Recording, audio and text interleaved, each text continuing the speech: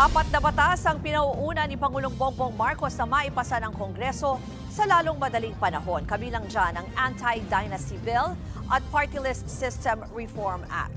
At live mula sa Malacanang, nasa frontline ng balitang yan si Maricel Halili. Maricel, ano ba itong utos ng Pangulo tungkol sa mga dapat i-prioritize na mga bills?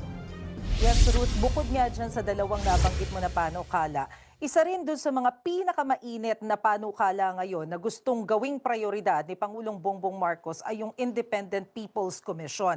Alam naman natin na mainit yung usapin dito, lalo't marami yung gusto na palakasin yung kapangyarihan nitong Independent Commission sa gitna nga nitong ginagawang investigasyon sa mga anomalya sa flood control project.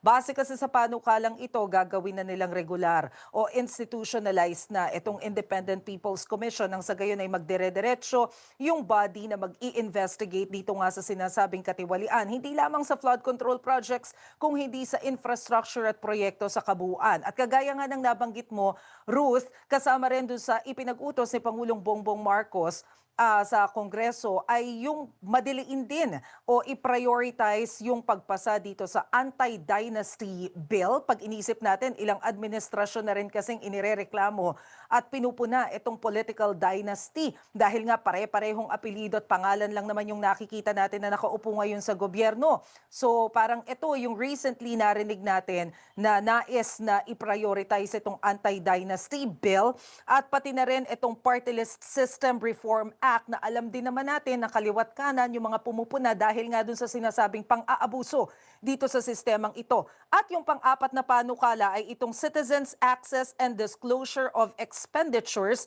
for National Accountability o CADENA Act. Ang nag-anunsyo niyan kanina, Ruth, ay si Palace Press Officer Undersecretary Claire Castro. Kasunod yan, nung ginawang Legislative Executive Development Advisory Council o yung LEDAC meeting sa Malacanang dito kaninang umaga. Kabilang sa mga dumalo dyan sa nasabing pulong maliban kay Pangulong Bongbong Marcos ay si House Speaker D at si Senate President Vicente Soto. Ruth? Yan po ang Express Report ni Maricel Halili.